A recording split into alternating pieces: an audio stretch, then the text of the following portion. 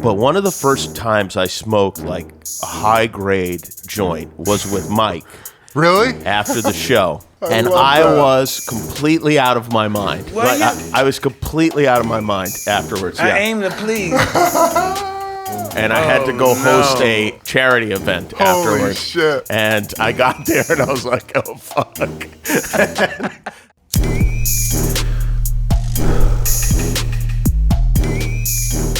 Hey, everybody.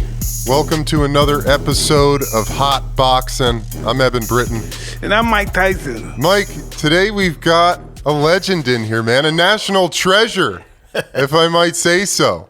I would love to meet him. Where is he? We've got the one and only Jimmy Kimmel. The one and only. He's being real humble right now. Yeah, Thank absolutely. you. I'm happy to be here. Wow, this is some operation you guys have. It's pretty You know, big most of the time you do a podcast, it's like the corner of somebody's office. Yeah. You've got a whole party going on. You have a whole building here. You've got plans. It's unbelievable. Really, it's not very stoner-like to have this much going on. Well, everybody here has stoner tendencies. You know? Yeah. So this happens. You're really smashing stereotypes we're really, here. Absolutely. We're really happy to see you. Everybody's really happy to see you. We all love you. We see you over the years and stuff. They seen when we host the show together and stuff. Oh, yeah. I love having you on. And, you know, you were on, like the first month we were on, I think. Yes. Yeah. That was Jimmy great. Kimmel I had a Live? great time. Yeah. Yeah. Really? Yeah. I was telling my brother-in-law that yesterday. Brother-in-law Eric. Yeah, my brother-in-law Well, you can get Eric in is here. closer, man, if you want.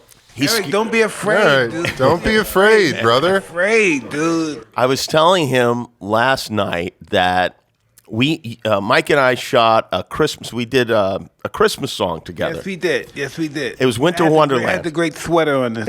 A great sweater. And this almost never happens, but in the middle of the shoot, it was like a 3-hour shoot, I got a call from my son's school. My son's now 25 years old, and so he was up to something. I don't know. He was in trouble, and I said, I'm sorry, I have to leave for about an hour.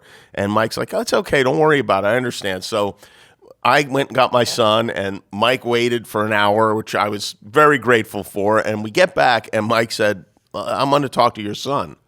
And Mike sat my son down and had the greatest conversation with him.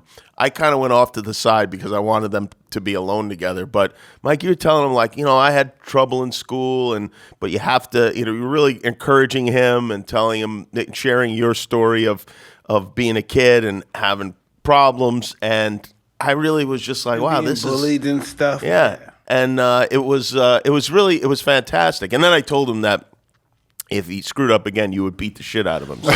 Well, I wouldn't do that, of course. He didn't know, though. Yeah, But it was very sweet, actually. that is. But that's Mike. That is Mike, and most people don't know that. Yeah, most people don't know that side of him. What is it like from Brooklyn to where you're at now? Yeah. I moved when I was 9 years old to Las Vegas from Brooklyn. My parents. Why Vegas from Brooklyn?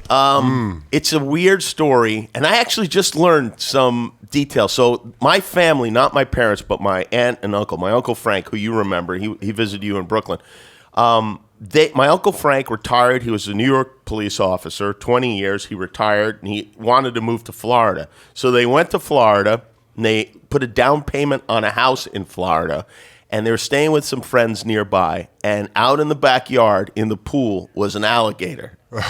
And they were like, there's no fucking way we're going to live in this place with alligators. And they lost the deposit on their house, and they decided to move to Vegas instead. Oh, no. Wow. They moved to Vegas, and about a year later, they took my grandparents with them, and we were like, you know what? We need to go be with the family. So we just followed the family out there. It had almost nothing to do with Vegas itself. Amazing. That's awesome. And you got involved with entertainment in Vegas? Kind of, not really. I worked at a clothing store. I delivered pizzas, but there was a guy at the store I worked at a store called Miller's Outpost. It was like Levi's and stuff, yeah. And this guy worked at the college radio station. I was in high school, and he said, you know, you're funny. You'd be good on the radio. And I thought, oh, I'd love to be on the radio. And he made a call, and he got me in a meeting with the program director. And then they didn't hire me, but they let me do a half-hour interview show on Sunday nights.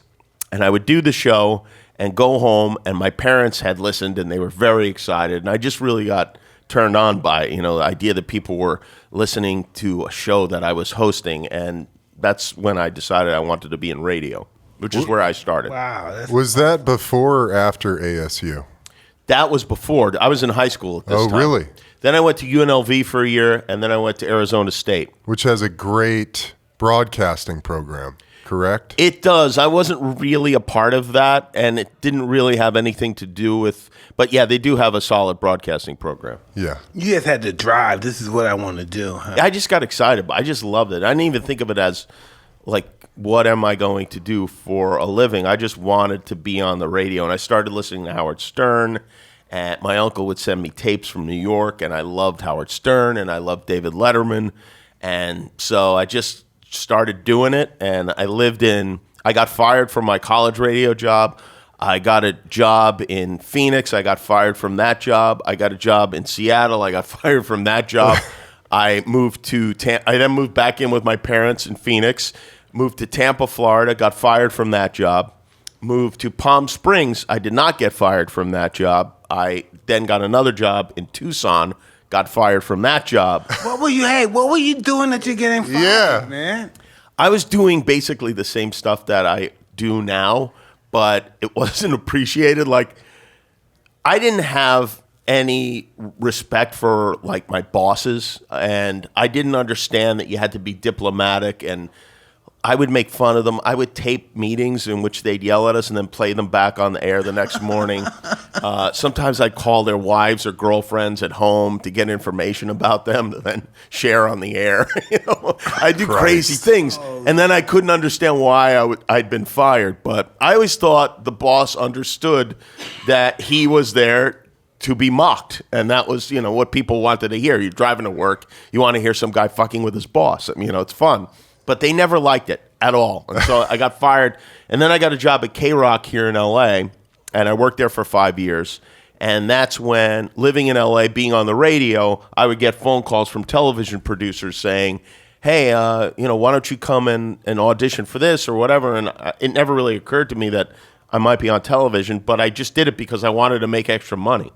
And so I went and auditioned for a couple of things, and I wound up on a game show called Win Ben Stein's Money, which was on Comedy Central.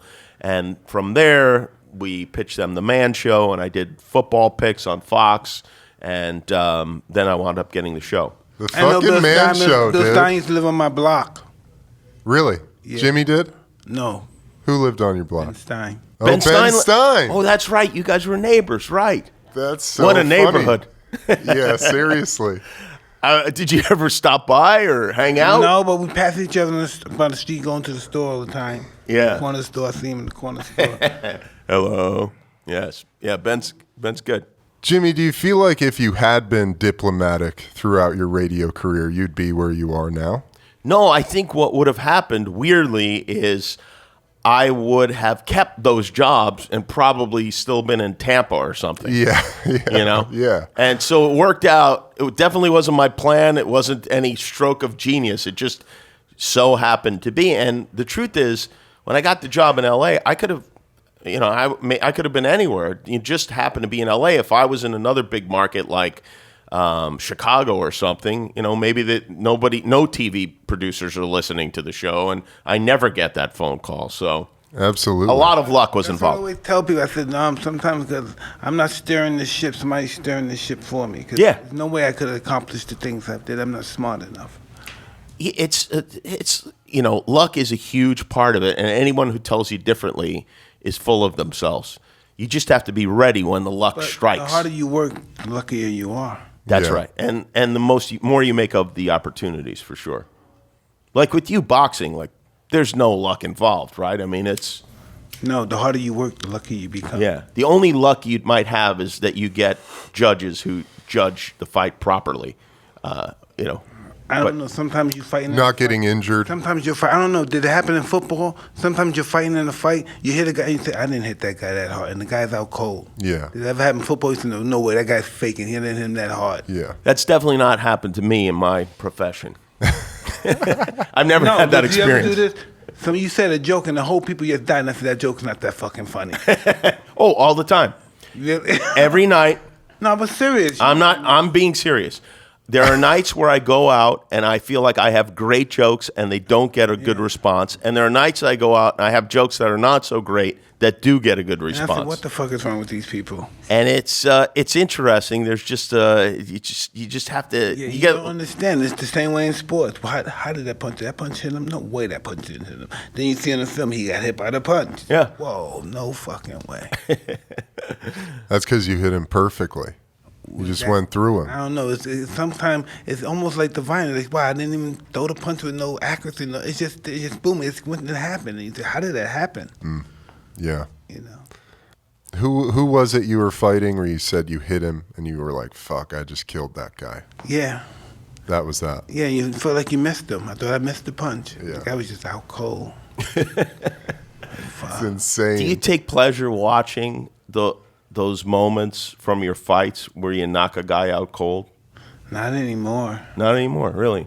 No. Because I once hit a home run in a celebrity softball game. Did you really? And it was on ESPN, and I hit it over the fence. I've probably watched it 1,000 times. I loved it. Can't stop watching it. Yeah. I get so much pleasure from it. No way. I watch it. There was a year or maybe 2 years on my show where anytime I went to a clip for any guest, I would accidentally go to that clip. I would rather watch us on film from all our old clips. Really? Then watch that. Yeah, I watch that stuff. Yeah. Mike, I got to tell you something. I'm going to make a comeback into the NFL. I know, it's crazy. I don't know if I'm in NFL football shape, but everything we talk about, man, it's just like, living your truth and the will of the universe, and I just feel like I'm being pulled back into football, man. I don't think we can do the podcast anymore. You're cool with that? Mike?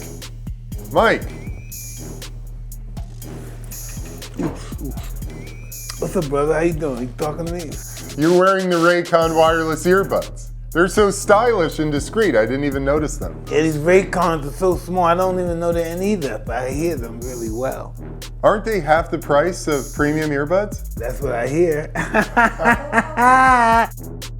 Go to buyraycon.com/Tyson to get 15% off Raycon wireless earbuds. If you've been eyeing a pair, now is the time to get an amazing deal.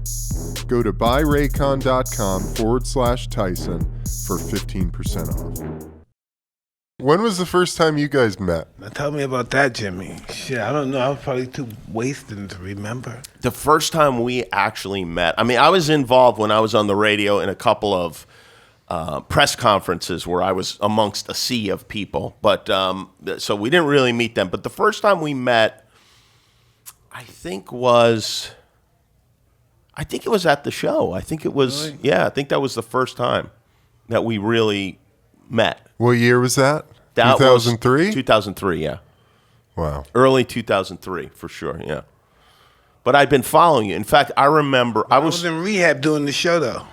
Oh, really? I was in rehab, yeah. I was I was a sports guy at K-Rock, as I mentioned, and we were off the Vander Holyfield fight. Yeah. That was a Saturday night.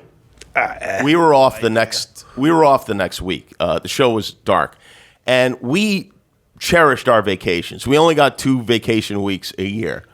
But I was so charged up after watching that fight that I called the radio station. I said, I know nobody else is there, but I'm coming in. And I guess I had to be on the air to talk about that fight and what had happened. And I did a whole thing. I used to do an imitation of you, and I do. Get the fuck out of Oh, here. yeah. Oh, my God. Let's hear it. I just for a minute I thought he was a chocolate bunny, and I just decided to take a little nibble out of his ear, and then I took another nibble out of his other ear.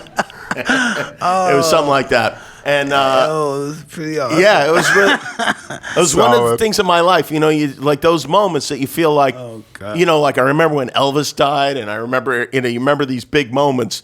That's one of them to me, that when that happened in that fight. And what is most remarkable to me is not, because I could see maybe in the heat of the first time he nipped him on, but it's to me really is that it happened twice, that he did it twice. Well, it tastes good.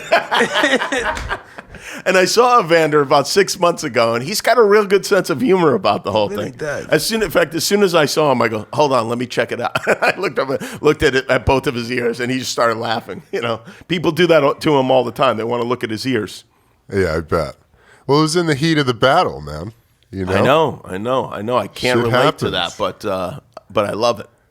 Well, you get into some pretty heated debates and arguments, especially with the. But there's no biting. There's never. There's never any physicality Yeah, or right. any physical violence. Fortunately, yes. The bite. It's not the bite that actually counts, but it's the feeling of the bite. You still have the same feeling, even if it's just an emotional fucking scar or something. Somebody insulted you or something. Right. Yeah. For me, I enjoy fighting in that way. I like it. I like those roast type situations where you're kind of going back and forth. I feel like if you were to spend time with my family, you would understand why, because there's a lot of just kind of making fun of each other that goes on, and there are a lot of insults thrown around. And so it feels very natural to me. It feels familial. Yeah, well, you talking about your path, your non-diplomatic approach. Yes, yeah. But you were really just being yourself. And not by any kind of, no master plan, right. No smarts involved. I specifically remember I was hosting a game show, and it was like in an office. We were practicing and we were just rehearsing, and I saw this other guy. There were two game shows going at the same time, and there was this guy, and he was really good. He was very smooth, and he looked good. And I was wearing my father-in-law's sport jacket, and it was too big on me. I looked stupid, and he was really good. And I just thought, I'll never be as good as he is at this, and I'd better just go up there as myself and not even try to be a host. And that has. Not being able to do that was a great gift for me, because if I was able to do that, maybe I would have become one of those guys who winds up hosting the Miss America pageant every year. Right. Yeah, exactly. I mean, that's why your show is so awesome. For so long. Yeah, man. A lot of it's luck, but, a lot of it's just pushing a rock up the hill. Yeah. That's most of it It's now. just grinding, working hard. Every night you're on, every night. You just have that fear of bombing. Yes, drives you. Yeah, Still. that's the fights as well. Mm-hmm. That fear of failing. Fear of failing is the greatest thing for motivating me, anyway. Fear of failing. Forget what people say and think about what you're going to say and think about yourself. Yeah. That's the real bomber right there. When you throw something out there that you think is really funny and nobody laughs, how does that feel? You train as hard as you train in sport and did everything. Right. And fought the fight of your life and you didn't win. How can I lose? I did everything. What's wrong? Yeah. Yeah, everybody goes through that at some point. I think so. Or maybe not. I don't know. Maybe maybe not. Maybe people don't. Most people probably don't pick one thing and work that hard at it, because obviously it's very specific what you do and what I do. But most people's jobs, the same thing. The pain of failing. Yeah, the same pain. You don't get hit a punch, and I get beat up every round and knocked out. The same pain. Yeah, not succeeding in what you believed you were the best in. But most people are able to hide. Most people's failures aren't on pay-per-view. So most people, they don't. Your world is in your head. Yeah. Pay-per-view is in your head. When you fail in your show and you think only 10,000 people, that's your world. Yeah. That's your pay-per-view. The same punishment. It's none like it's the same equal. Yeah, maybe so. I don't know. I always look at those big moments and I go, I cannot screw this up. I have to do everything I possibly can to make sure that I'm prepared and I'm going to be funny, like hosting the Oscars or something like that. It's like, that's, I guess, my version of like a fight, And then subconsciously you ask a lot of help from God too. That what I'm saying, we do a lot of that. It's without even thinking about it, we do that. Right. Yeah. And from anyone, from God, from my writers, from the audience, that's the big thing you can't control. It's like you just, you can be ready. You just don't know how it's going to be received. You have no idea. I don't know. When I did my show and it was received well, I said, wow. Is that funny? Is that good? You don't understand people. You know? Yeah, and you don't. It's funny because to the audience, they're like, "Oh, this is great. Mike Tyson's telling stories about his life," but to you, it's like, "All right, is anyone going to be interested in a story about my life?" I'm tired. I don't want to do a new show now. I don't want to do this one no more. Yeah. Yeah, you think that? And that insecurity, of course, is always there. I think in the vast majority of people, like we do our show in Brooklyn every October. You know, we'll travel in New York, and the first time we went, I was really worried because we had a big venue. It was like 5,000 seats or something, and I was like, are we going to be able to, like, are people going to care to come? There are all these other talk shows in New York. You know, there's a million things to do. It's not like it's New York. It's the biggest city. It's the most exciting city in the world. Is anybody going to come to this? And then that first night, there were thousands of people in line to come to the show, and I was just like, I was more than anything, I was relieved. I was like, oh, thank God. Because I could just imagine being in a half-empty room and being like, oh, fuck, nobody likes me. Yeah. Fuck. Yeah, but it never goes away. I mean, that time we've been doing the show for 13 years or something, you know. It still is the kind of thing that I think about.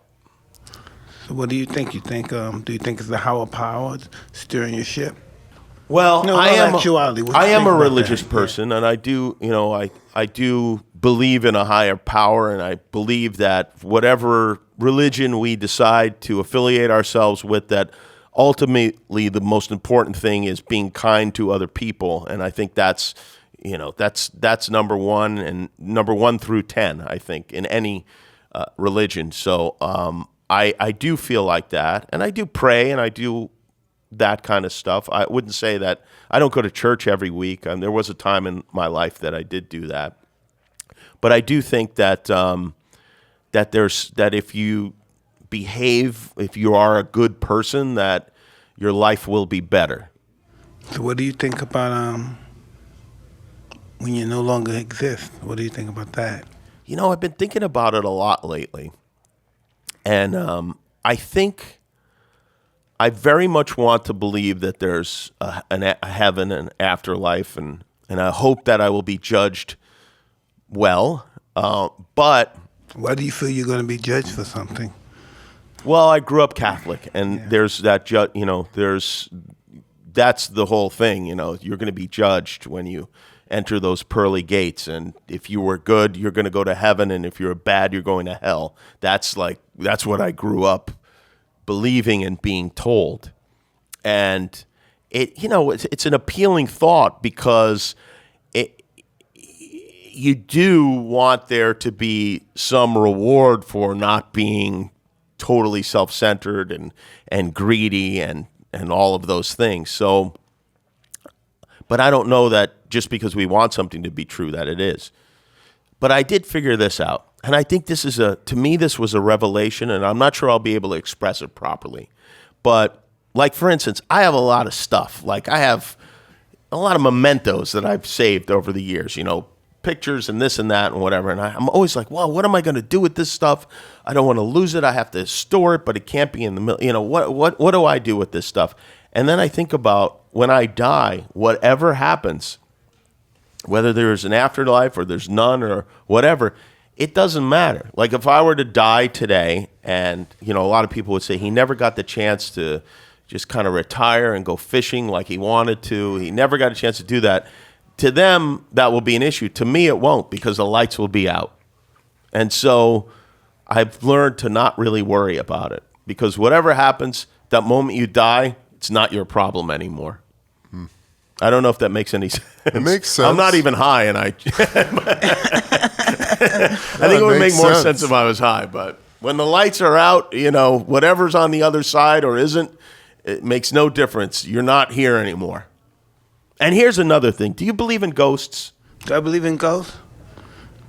I could believe in ghosts. I probably feel the same way. I wouldn't say with 100% certainty. What's your definition of a ghost? It depends on what our definition is. Yeah. Like the traditional spirit that lives in the house. Yes. Sure. I can vibe on that. If there was such a thing as ghosts, wouldn't hospitals be just full of them? Like, wouldn't every hospital have a million ghosts in it? I think some are. Maybe so. Those are not the ones I want to spend the night in. No, absolutely not. But Well, there's a lot of stories about nurses and doctors talking about the spirits they see during their hospital hours. Like seeing somebody walk through a hall and then, losing sight of that person and then going to check on a certain room and that person being deceased. So having seen that spirit come in, whatever it was. I would love to see something like that. I really would.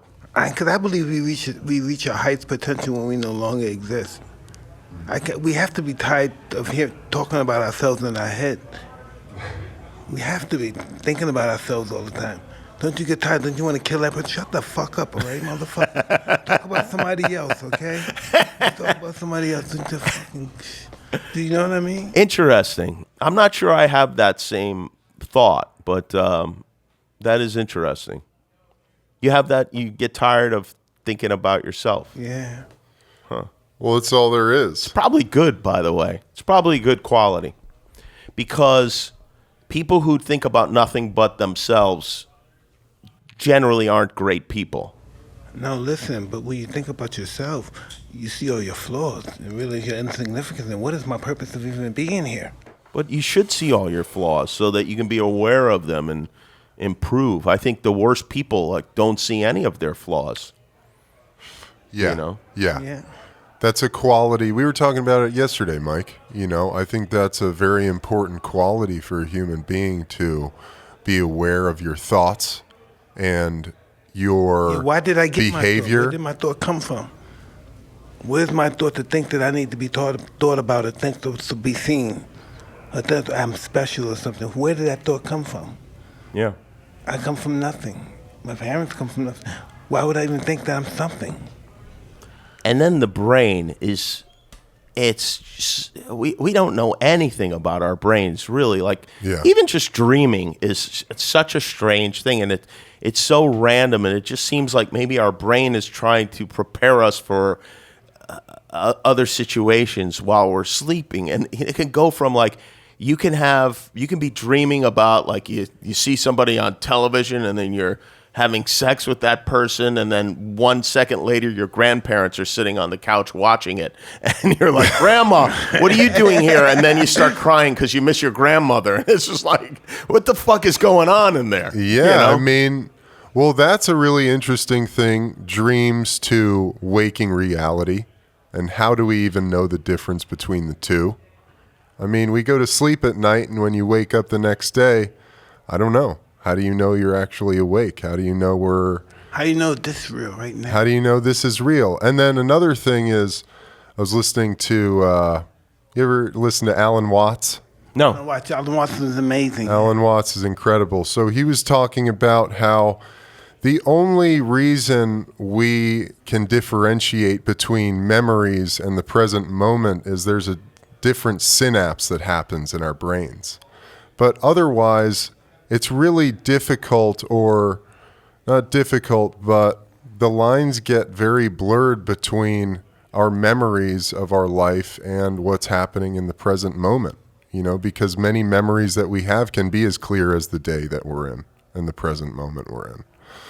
And what he says about that is that leads you into this understanding of time as being nonlinear. And everything is really happening at once. It's just the way our brain structures time and consciousness that we experience it in this linear fashion. I hope people are stoned when they're listening to this, because I think they really will be able to get into it if they are. Yeah. No, really, it's just it's a perspective, because you reach a certain ages. Like you say, at this age, you start to really question your mortality. Yeah, you think about it, but I'm trying not to worry about it. What I don't like is not being able to read a menu in a restaurant. Those are the times where my age will bother me, when I can't see. Because your eyesight is going? Yeah, and that's serious. Yeah. I'm nothing more than a baseball glove that, you buy it and you're 9 years old and it's shiny and new, and then you break it in and it gets to a point where it's kind of perfect, and then it starts getting hard and the laces start breaking, and you restring it, but it's never quite the same, and then you throw it in the garbage. And that's us. We're just like a piece of leather. Yeah. Baking in the sun. In many ways. This meat vehicle that we're inhabiting for the moment, it is. It's like a There's piece an of leather. expiration date. Absolutely. Yeah. Have you ever thought about what compels you to do the work that you do? What is it that in your spirit that you're just able to project your truth at all times, whatever that might be? I don't really know the answer. I mean, it's a very good question. I don't know what compels me. I think probably it's a lot of things. I think there was a point in my life where I had no money at all, and that's what compelled. Like, I was like, oh, I have to work on this. I have to get this going. I have to try to put this pitch together just to be able to support my family, really. I was going to say, what did that money make you feel like? That made you feel like a man, that's what you need to be a man in the family and rule the family and stuff? Yeah, for sure. It definitely, I think it's something that is expected of you when you're a boy, and then you become a man. And I got married very young. I was 20 years old, and I was suddenly in a situation where I'd never made really more than $75 a day, and I had to, and my ex-wife worked also, but then we had kids not long afterwards, and I embarked on this career that got me, I got fired a lot of times, and it sounds funny and it sounds fun when I list all the places I worked and got fired, but it wasn't funny or fun at that time, because I'd actually have to pack the house and move to another city. With a whole family. Yeah, with kids. It wasn't just you. It wasn't just me. Yeah. And that's hard to explain to your wife sometimes, and it's hard to explain to your parents sometimes, and sometimes people start going like, so what's, what's the plan B? That's when I'd be like, there's no plan B. Right. There's only a plan A. There are no other letters in the plan. And so I always just thought like that. And I don't know why, but I think part of it is you just enjoy the attention you get from being funny in class. And that was something I always loved, screwing around with my friends, being funny. And you like that feeling. And then when somebody actually pays you to do that, it's a very powerful combination. And you want that attention, and you want that feedback that you get, and all of those things I found to be very rewarding. And I think that's ultimately, if I had to boil it down to anything, I love the feeling of making people laugh. Yeah. And then that just kind of, all these other things came from that. I think that tying that to something you said about your own spirituality of being kind, 1 through 10, I think making people laugh and spreading joy is definitely a form of kindness. And you can do it on a massive scale, man, Well, that's what's great, it really makes you feel like, oh, I must be real, I must be funny. I know this makes me sound like an asshole, but I once walked in. It's all good, brother. I walked into my house, and I have a nice house, and I looked around and I went, wow, I must be very funny. They gave me this house for it. Yeah. Yeah, it's weird. I say the same thing. Life is weird. I say the same thing. Life is weird, man. What am I doing here? Yeah, how did this happen? You live in L.A.? I do, yeah.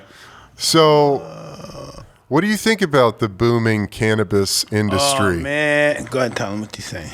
I remember going to Amsterdam and being so excited that it was just there for purchase. And it is, I think it's still exciting, and maybe that will wear off, and in 15 years, people will be like, yeah, of course, you can just go and buy whatever you want. But every once in a while, I'll go into one of these shops, and I just can't believe it. It's like, oh, look at this. You know what we had to do to get this stuff? You had to know a guy who fucking knew a guy. And downtown. You have to meet him in a parking lot somewhere. Especially if somebody had to get it for you. It took so fucking long to do the exchange and shit. Oh, yeah, dude. Yeah, and I don't know that I'll ever get over that. And now I have a plant in my backyard, and I grow it, and I love that too. That's awesome. The idea that you can just grow it in Grow your yard. own. It's like, it's pretty great, really. Yeah. And I feel the same way about vegetables, by the way, but even more so about being able to like just grow it. And it's like, oh, there it comes out of the ground. And yeah, of course. What kind of vegetables? Nightingales? Well, I grow tomatoes and You know, some nightingale vegetables are poisonous. nightshade vegetables, Nightshade. right? Yeah. right. Nightshades. Yeah, what, like eggplant is supposed to be no good for you, Peppers? right? Peppers Some are peppers are shaky. Some of them are shaky. Some of them are shaky. Yeah. I figure anything that comes out of the ground's got to be okay. I mean, Well, yeah. For the most part. Yeah. Yeah. Better than the meat that we're eating, huh? Yeah. yeah, definitely better than that. Yeah. But not that I've stopped, but Yeah. The processes are just fucked up of industrial meat. You know? You gotta see what they do to Yes. me before they give it to us. God, we're savages. Yeah. yeah. I have mixed feelings about eating meat in general, but I do always try to make sure it's, humanely raised or Grass-fed and- all of those things Yeah. that I think actually make for a better piece of meat. Absolutely. You know. I agree with you on that. But ultimately, you're still killing the animal. I mean, there's no question about it. Yeah. Mike is vegan, Yes. Yeah. and he's been slowly turning me, man. I mean, I'm still convinced you need to eat meat to keep your muscle mass on, but I don't know. What do you need your muscle mass I know, for? I know. As I get older and I hang out with you more, Mike, you're in a I'm state like, of war or something? yeah, You I need know. Muscle mass? Am I getting ready for battle still? I don't know.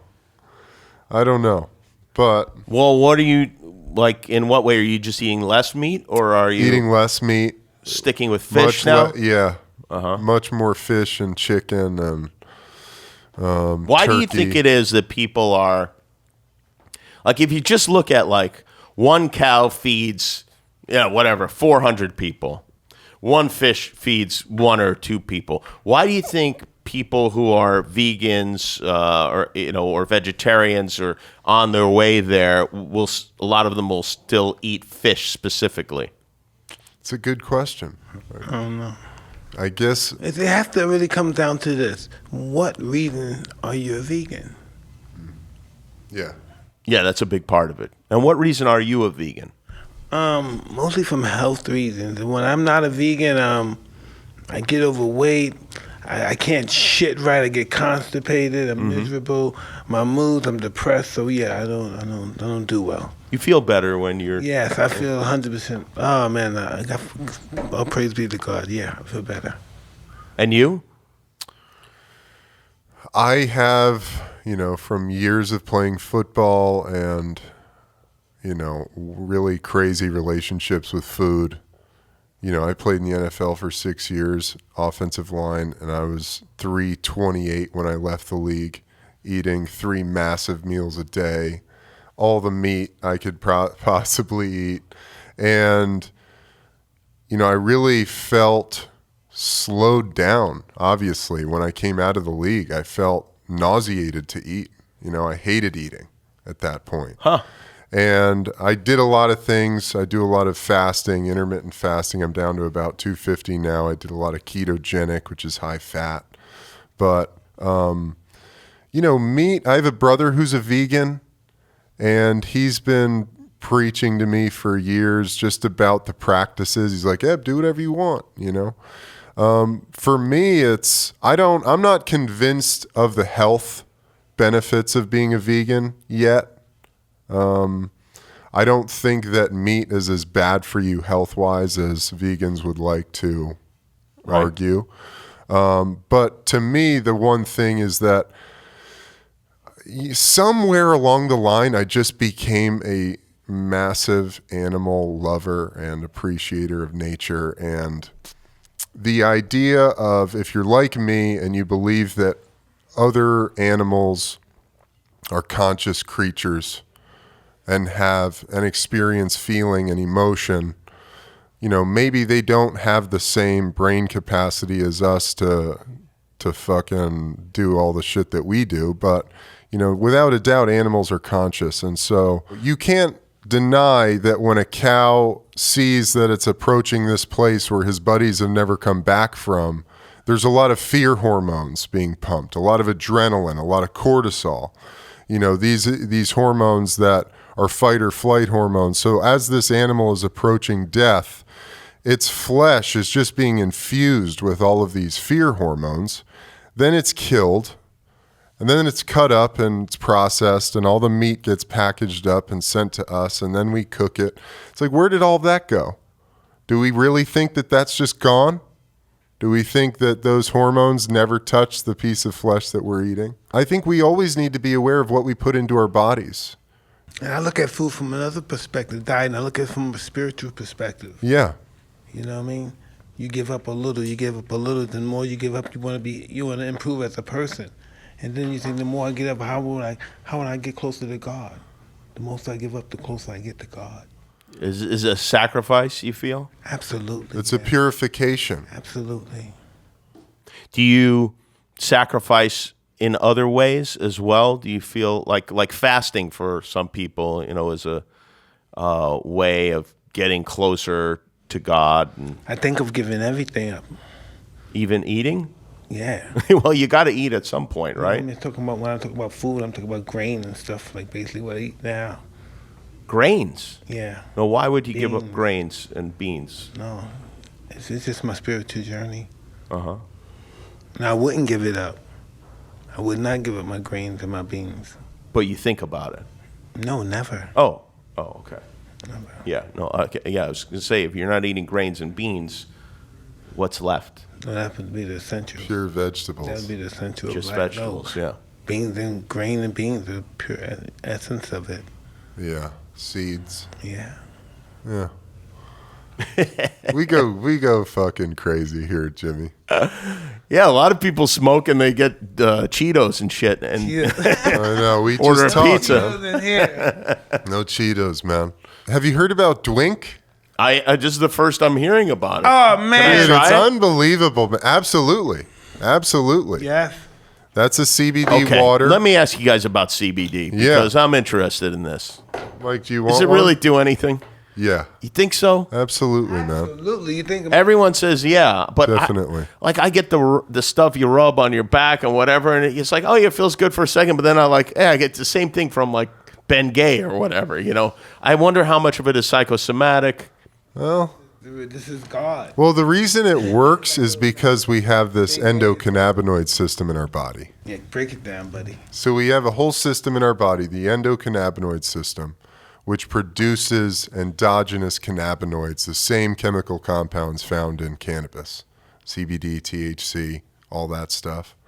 And why our body produces it or has an endocannabinoid system is because it creates homeostasis. It regulates our system. What the fuck is that? Right? Our Yeah, no, I'm appetite. pretending I understand what you're saying What here. the fuck is that? It helps keep us in balance. It regulates your appetite, your mood, your how you feel and deal with pain. How much of it should you, do you take CBD every day?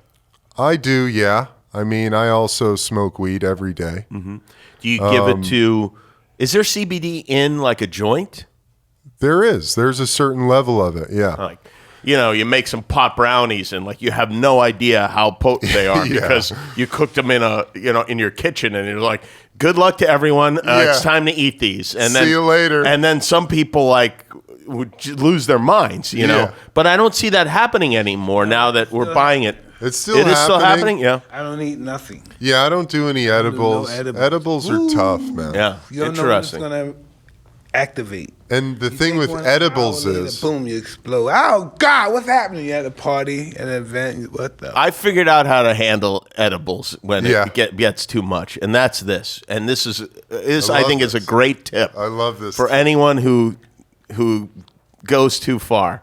You just have to remind yourself. You have to tell yourself in 15 minutes it's going to be okay. Yeah. Just imagine you're on a roller coaster or something, great and you tip. know it's going to be over. And if you can tell yourself that, it'll be okay. That'll okay. immediately calm you I down, can't take it. I can't and take you'll be it. there. Really, Mike? No, I can't take a brownie. That just that's the thing that sends you fucking out. Oh, it has me scared. I can't get. I miss what the fuck is going on. That's Oh. interesting. Yeah, I can't do it. I didn't start smoking until I was in my 30s, really. You know, I tried it a couple of times when Yeah. I was younger. But one of the first times I smoked like a high grade joint was with Mike Really? after the show. And love I that. was completely out of my mind. Well, Like, I was completely out of my mind afterwards. I Yeah. aim to please. And I know I shouldn't have done this, but I got in my car and I had to go host a charity event Holy afterwards. shit. And I was driving like 10 miles an hour. I was on the 405 driving like 10 miles an hour. And I got there and I was like, oh, fuck. And somehow I got through it. I was like, oh, Jesus Christ. Holy That was shit. not not the pot of my youth, No. for sure. Yeah. Oh, man. See, there you go. That's what I'm talking about. You know, that's what I'm talking about. It's awesome. Jimmy, explain something. What is it? When it's all over and you think it's finished, what do you want that picture to look like? Like, of Jimmy Kimmel? When it's all over? Yeah. You mean personally? Yeah, personally, not dead. I guess, you know, I think about like my grandfather was a very funny guy and beloved by all, and I think that's how I would like to be remembered. Yeah, like with like my grandchildren, be like, oh, Grandpa was so funny. You know, that's I think that would be the best way to be remembered. And then great. the other stuff is, you know, the career stuff is all great and it's fun and it's rewarding, but that's the most, I think that's like, if you want to have one legacy, for me, that's it, to be like that. That's awesome. I think that's very awesome. Yeah. How do you like your Twink? It's good. It tastes Good. like water. It's water, right? It's awesome. Yeah. This one's got some flavor in it. There's a little bit Can of. I taste one of the flavor ones? Yeah, absolutely. Flavor ones may need to be There's a tampered. Let's check mixed them out, see what berry. they taste like. There's pineapple, orange, or you got watermelon. Which should I try? Whichever one you want. Go for it, man. I'll try the watermelon. There you go. That appeals to me. Well, you and Mike have done a lot over the years, Yes. right? Yeah. And That's very nice, actually. It's nice. It is good, yeah. Really like it? It's nice, and that I CBD do. is just I wouldn't tamper with this one at all. Okay. nice, excellent. For play me, basketball together? we played basketball. We once got in the ring together, and I wanted to spar a little. And Mike said, "You know what? I like you too much to do that." And he love declined. that. I was like, "Come on! Just hit me once. I want to know what it feels like." He said, "That's not a good idea." You were smarter You're than one me. of the good guys, Jimmy. Yeah, dude. And yeah, we did a lot. We've sung together. We've We sung quite a few times. yeah, I always enjoy my time with you, and I most guests, you know, you talk about the project and whatever, but I always love to hear your take on things, because I think you have a lot of wisdom, and I think you've had experiences in life that almost no one else has, and I kind of agree with yeah, that. Yeah. and to be able to draw from those is it's just so much fun to talk to you. It really is. And I've always been a fan. I mean, you know, as a fighter, you know, I remember you at like 19 years old on the cover of Sports Illustrated, Kid Dynamite. You And remember that stuff? oh yeah, and I still probably have that. And we would get so excited to see you come out with no socks on and just no bullshit, and just come out and just knock the fuck out of somebody. And you know, growing up in Vegas, boxing was important to me, and then to get to know your personality and to see your evolution from going from being a guy who was, you know, whose job it was to beat people up, to this. What's that all about, right? Yeah, well, I mean, it seems so different from you in a lot of ways. It's like it's hard to. Sometimes I have to remind myself that you're the same person, that same kid who was. Yeah. You know, Exactly. because you are a gentle person Yeah. ultimately, and that's, I think, unusual in this world for sure. I think in life, I'm when I talk about in life, I'm talking about everybody. I'm talking about the Gnostics, the non-believers, and whatever. whoever uses religion or God for whatever their purpose, their own agenda, it comes a time in their life and they start to question their mortality and they say, well, why am I thinking like this? What's causing me to think like this? Why am I who I am? Why do most I people lie? don't Why do I that. do this? No, you don't think so? No, I think I'm you've really been doing it. I think you've been doing it for a long time, and I think it's important to do that. You know, I think that's I can kind of almost remember. I think when you started thinking in that way, and it's great. You know, I think it's a great example for people. I think we need to get. I think my opinion, of course, and nobody else has to really listen. That if we don't get to know who we are, I just think it's a waste of life. Just try to have an idea of who we are. I don't think we ever really get the answer. I mean, one of the things I remember about Mike that really made a huge impression on me is there was a time, like the first few years when we were doing the show, where we had an idea to do a Mike Tyson roast on pay-per-view. And like we approached somebody about it and they were like, yeah, this could make, you know, whatever, a huge amount of money. And I went to Mike and I said, hey, you know, I was thinking about you and I was thinking like at that time, I think things weren't like going so well financially. And I said, hey, let's do this. And you can make, you know, I think it was like $20 million or something like that. And Mike said, you know what? I've had a lot of money and I've had not so much money. And I like myself better when I don't have a lot of money. Fuck yeah, I did say that. And he said that he didn't want to do that because he didn't want the money. And I was like, wow, that's pretty heavy, you know? Yeah. That's rare. Yeah. And I respected it and appreciated it, and we didn't do it. Yeah, absolutely. I've heard Mike say that. It would have been so easy. I mean, it would have been you sit here for 2 hours. Yeah, and laugh. Money brings out my demons. Yeah, I'm scared of my demons. Yeah. Well, it's good that you know that. Yeah, absolutely. And now we're building this cannabis empire, buddy. So and awesome. I mean, you could do it the right way this time. This is so awesome. So these plans you guys have are unbelievable. I mean, it's unbelievable. pretty badass. It's crazy. And it just gets, the vision grows all the time. The vision is bigger than Disneyland now. Oh, yeah. It's awesome. We put together this really badass Twink commercial. Oh, check this Oh. out, man. All right. And we want to give Jimmy Kimmel Live exclusive premiering rights. To a commercial? what a deal! What a deal that is for us. Check this out, dude. You mean the things people would normally pay for, we could have for free? That's right. All right. Hold on. Let's check it out. Ready for this? After work, you need to refresh, relax with some friends, recover from this quagmire called life. Excuse You me. deserve a drink. Excuse me. Can I have a Twink?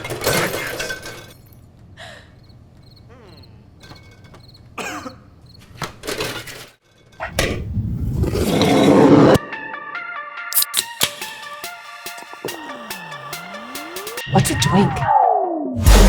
Stress less. Twink more. Twink. The CBD enhanced beverage. Twink responsibly.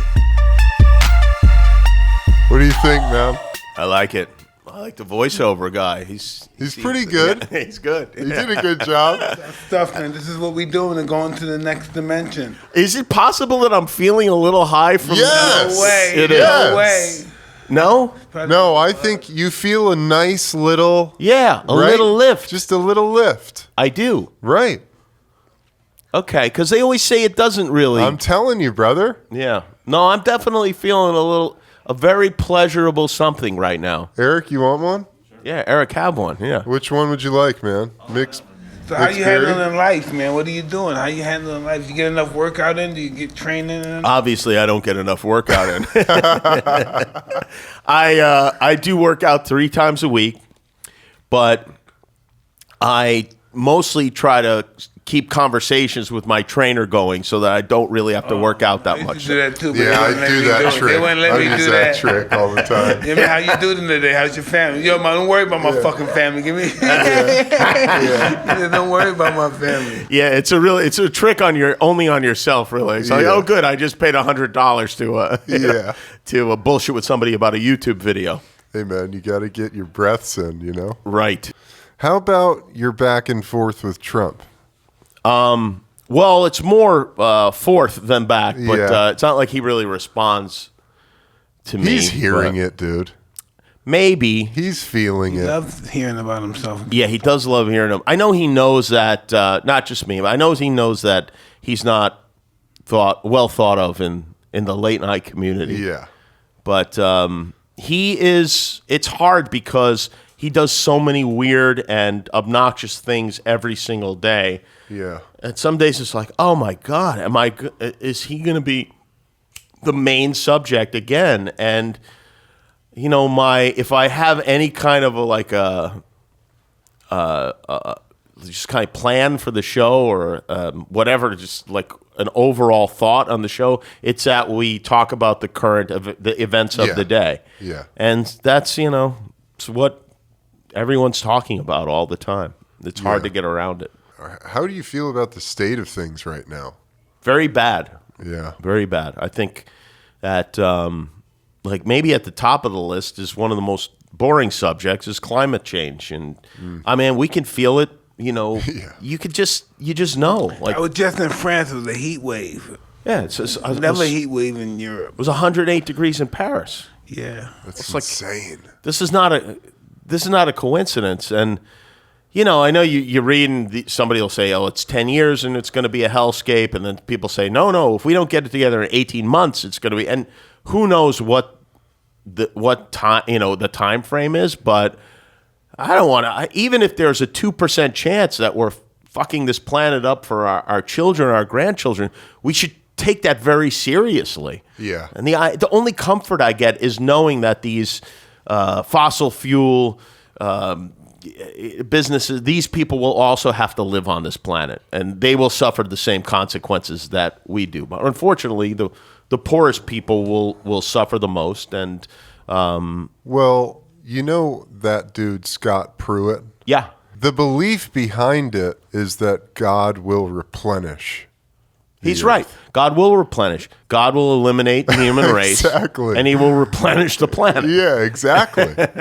It's just like, fuck, man. Why do we want to be here and just fucking burn it all to the ground? You know? Especially when it's not like somebody saying, "Okay, but you have to stop driving." Right. You don't have to stop driving. Right. There are other ways to drive.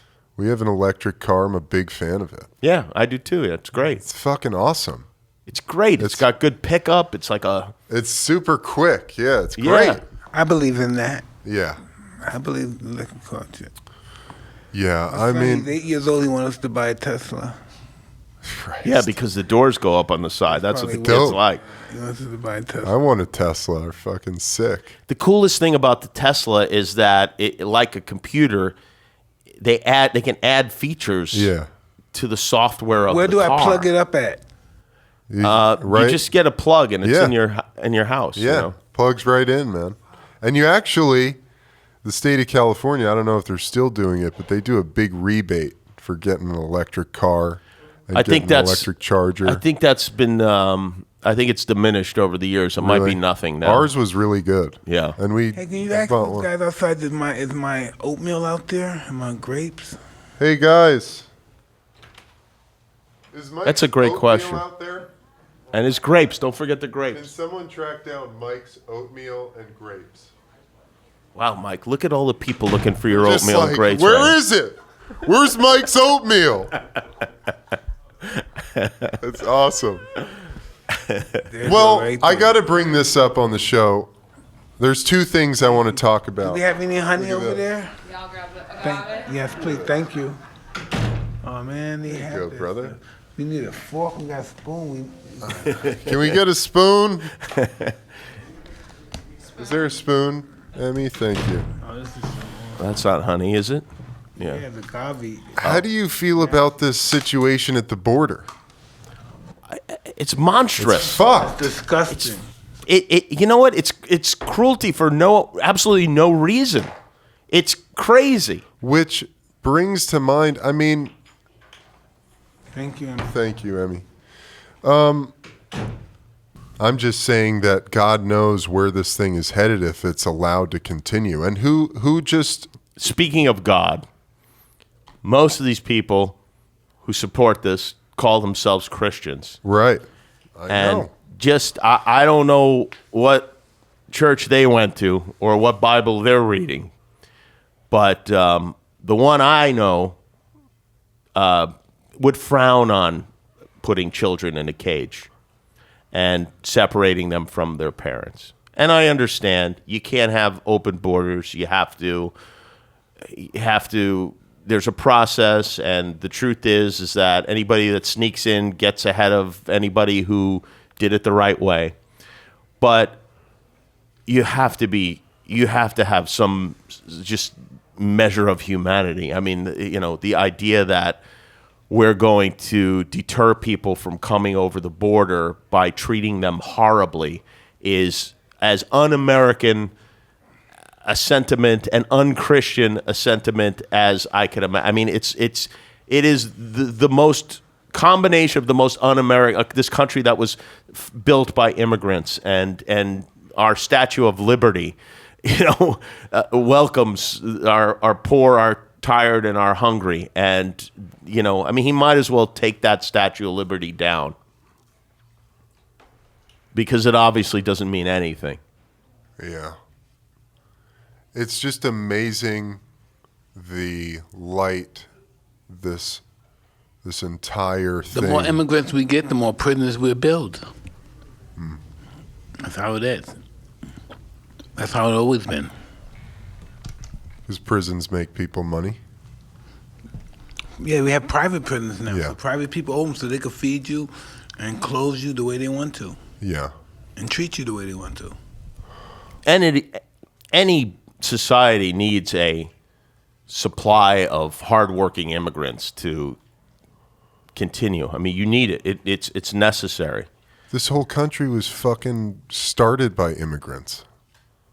Yeah, it's so easy to say, like, all right, shut the door behind me. Now I'm here and this is mine. But this country belongs to all of us. It's pretty fucking maddening. Where are we headed? Like, what's next? Well, I hope that we look back on this time as temporary insanity. I doubt that's going to be the case. Short of some kind of justifiable war that unites us all, I don't see how our next leader, whoever that may be, is going to unite us. I mean, I think it's going to be, we're just split in half, and there seems to be no common ground whatsoever. Yeah. Just none. And I mean, even now, like, we can have a wildfire and it becomes partisan. We can have a hurricane in Puerto Rico and it becomes a partisan. These things that used to be just like, yeah, okay, there's a disaster, we're all on board to help. Now suddenly it become political. And it's just like, it's not productive in any way. Listen, here's the thing. I understand, I have relatives. My wife has relatives who think Donald Trump is good for this country. But here's what no one can deny. This man, whether you like him or not, is a liar. He is a compulsive liar. He lies every single day. He lies about things he doesn't have to lie about. And do we want Why do you think he does that? I think he's something he's found success with. I think he started just exaggerating his own achievements and his own appeal. I mean, we know this is a guy who would call the newspaper and say, as his own publicist, and say Donald Trump is dating Salma Hayek, and just put bullshit stories. And at that time, okay, whatever, it's harmless to everyone other than Salma Hayek, but I think he can't help himself. That lying is his first inclination, and we cannot have a president whose first inclination is to lie and attack. What do you think is going to happen? I think he's going to lose the next election. And I think the people who support him are going to do everything they can to thwart our next leader. And I think we're going to keep repeating this cycle over and over again. What I hope doesn't happen is I hope we don't look back at this time almost wistfully, where we go like, wow, we thought things were bad then. Trump was president? That was good times. Yeah. We thought things were bad then. I mean, I think in a certain way, a lot of people who are, I was no fan of the Bush presidency, but now I look back on it and go like, what a gem. George, please come back. Yeah, well, hopefully he doesn't win again. What do you think about the opiate situation that we're dealing with now? It's terrible. I mean, it's... What's your opinion on? Talk to me. I think that, I think that it's just so easy to slip into that. And I think that a lot of doctors are irresponsibly providing people with those opiates. And that's a big reason for our homelessness problem here in Los Angeles. Because that was my next thing. This is where you come. There's no better place to be homeless if you're going to be homeless than here. We have a warm climate, and I think that a big reason why the numbers are going up is because people are coming here. People who are hooked on drugs are coming here and living in the streets. I know what to do with the homeless people. What do you do? All these rich billionaire guys, we're going to all donate money, and we're going to build like a homeless hotel. It's just so complicated because there are homeless shelters, but a lot of homeless people don't want to be in them because they're dangerous, because the people there are dangerous, and there are homeless people who don't want to live in a place like that. So it's and then if you have a family, is that where you want your family to be? Do you feel safer on the street or living in your car? It's very complicated. I don't know that just build. I think it has to be decentralized. It has to be a lot of small communities, and is it fair to only ask these business leaders? I mean, I think we should all pitch in and pay for this. But the problem is it's not just writing a check. It's not like a lot of things. Like, school lunch program, you could fix that with money. Yeah. This one is so very complicated. It is. Of course we can't fix it overnight, but that's for the best minds of our century. Yeah. This has been happening since the beginning of time, of course. So how do you think you handle situation? Homelessness? Yeah. It's so complicated. It is. It's so, maybe the most so many complicated layers. issue. Yeah. Because it's not as simple. You hear people go, man, get a fucking job. It's not that simple. For some it is, but for most it isn't. Right. Yeah. For some it is that simple. It's a issue of, inspiration or engagement. But it's not that simple for everyone, Jimmy, man, I really appreciate you coming. It was my pleasure. It was my pleasure. I enjoyed our time here, for sure. Thank you so much. I think I'm all CBD'd up right now. You're perfect. You're in the family. You're perfect. CBD family. Thank you. And Eric, thanks for coming in, brother. Absolutely, man. St. Louis, Eric. Jimmy? Well, thanks, guys. That was great. That was fun. Is there anything else you want to shout out? Anywhere people can find you? I don't know. People can find me on the street, just hanging out, eating chicken. But no, I have a television show, and Mike, I always enjoy our time together, and I'm really ecstatic right now. And I'm excited about your pot Disneyland in the desert. I really am. am. Have to come out. It'll be really awesome. Damn right, I'm going to come out. Hell yeah, brother! It's awesome, really man. Cool. We have a miracle. What's that? Ferris round. A Ferris wheel. Yeah. Ferris wheel. Lazy River. You got to come to the Next Kind Music Festival. Oh yeah. Mike has a music festival out at the property in Desert Hot Springs. Oh wow. Well, thanks, guys. Thank you, Jimmy. Thank you, Mike.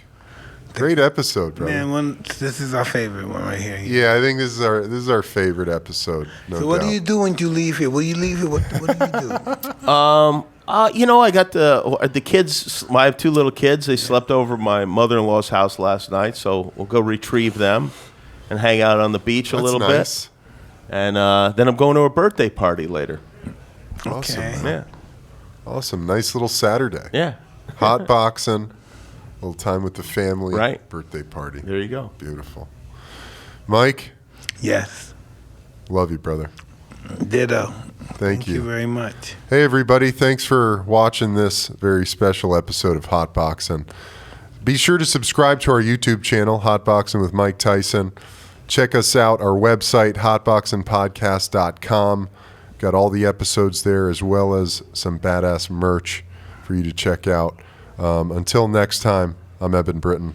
I'm Mike Tyson. This is so weird. See all these people here? I know, it's beautiful, man. You bring them in, Mike.